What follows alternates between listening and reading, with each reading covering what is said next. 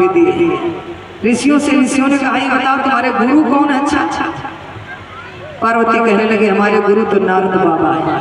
सो ऋषि जोर से हंसने लगे, पगला के चक्कर में पड़ी हो, जो अपना नहीं घर बसा पाया वो दूसरे का कभी बसने देगा? जिसने अपने भाई का घर उजाड़ दिया वो तुम्हारा भी उजाड़ देगा। उस भोले बाबा से पगला से शादी करके तुम्हें क्या मिलेगा?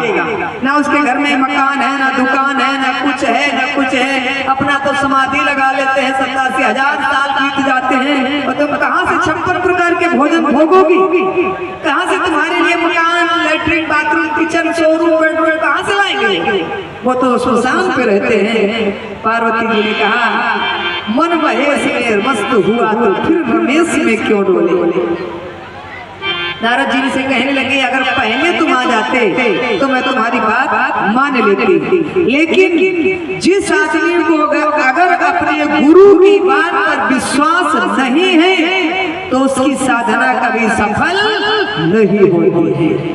पहला विश्वास कीजिए। नारद जी ने हमें जो मंत्र दिया, उचित दिया, मैं उसका पालन कर रही हूँ और 1000 बातों की एक बात ऐ महर्षियों हमारी सुन लीजिए। क्या एक नहीं 1000 जन्म धारण करने पड़े, 1000 नहीं करोड़ों जन्म धारण करने पड़े कि जन्म कोटि रगर हमारे, जन्म कोटि रगर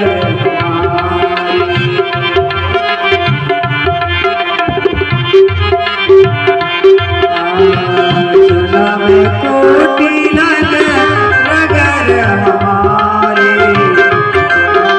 कोटि रगर हमारे, बरहु सगुना रहु कुंवारी, बरहु सगुना रहु कुंवारी।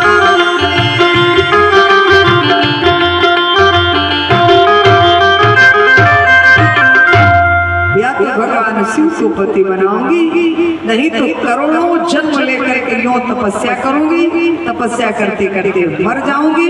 मैं कभी किसी दूसरे को अपना पति नहीं बनाऊंगी। मैंने मन से भगवान का वर्ण कर लिया। सप्तऋषियों ने बाबा को जाके बताया, भगवान प्रसन्न हो गए और अब तो इधर कामदेव भी मारा जा चुका था। सप्तऋषि कहने लगे भगवान की फिर से समाधि, प्रेम समाधि लगी और ब्रह्मा जी के यहाँ सारे देवताओं ने मंत्रणा किया। बाबा की समाधि बोली, सो कामदेव का भी राम राम सत्य हो गया।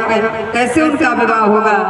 सप्तऋषियों के द्वारा ब्रह्मा जी को पता चला कि भगवान की समाधि टूटी, पार्वती जी की तपस्या सफल हुई।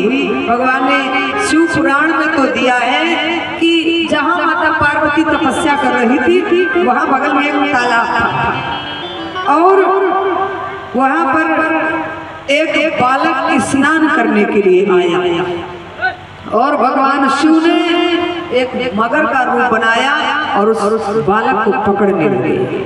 मगर खा जाता है बालक को, जीव मनुष्यों को और पशुओं को।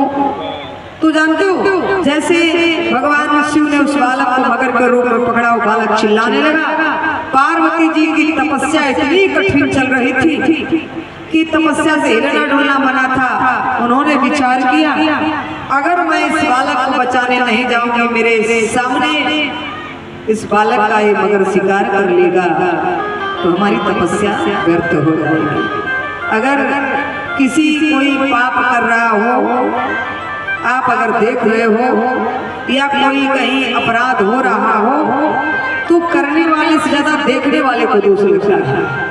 इसलिए माता पार्वती तपस्या छोड़ करके भाग पड़ी और जैसे उस बालक को मगर से बचाया, जैसे मगर का मुंह पकड़ा तो मानो भगवान शिव ने माता पार्वती का हाथ पकड़ करके उस जल में ही पाड़ी ग्रहण संस्कार कर लिया।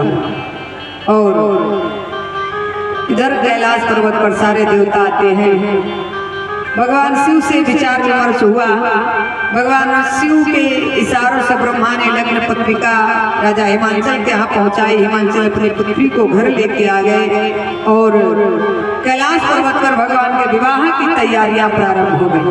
जानते सारे देवता अपने अपने वाहन सजा करके सुंदर सुंदर रूप बना करके कपड़े पहन के सज धज करके आ जाते हैं, लेकिन दुल्हा महाराज ऐसे बैठे, कोई सजाने वाला ही नहीं है। सारे देवता तो जानते वही होता है, जितने बाराती वो लोग होते हैं बहुत यहाँ ब्यूटी पार्लर, वो तैयारी, वो ड्रेस, वो मेकअप, और दुल्हा बेचारा सबसे लास्ट में तैयार होता है। तो नंदी ने कहा बाबा कोई सजाएगा नहीं जो हम सोचे कि कोई देवता हमारा आपका श्रृंगार बनाएंगे, तो ऐसा करो जाओ नहाओ, मैं तुम्हारा श्रृंगार बनाता हूँ। भगवान भोलेनाथ गए, नहाए गुफा में। नहाने के बाद भगवान ने क्या किया, चिता की गर्म गर्म भस्म लेकर पूरे शरीर में ऊपर से नीचे तक लपेट दिया।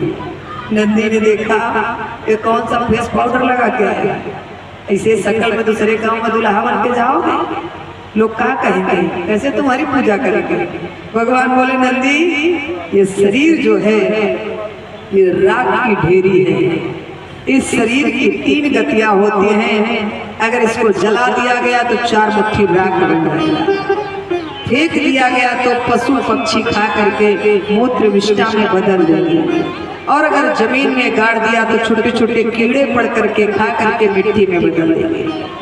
चौथी गति इस शरीर की नहीं होनी है। जब ये शरीर नाशवान है, पता नहीं कब ये नष्ट हो जाए, तो इस शरीर पर हम व्यर्थ में खर्च क्यों करें। चाहे महंगे से महंगा साबुन लगाओ कि तेल चमेली चंदन साबुन, कि तेल चमेली चंदन साबुन, और चाहे लगा लो सेंट, जगत में कोई न परमा।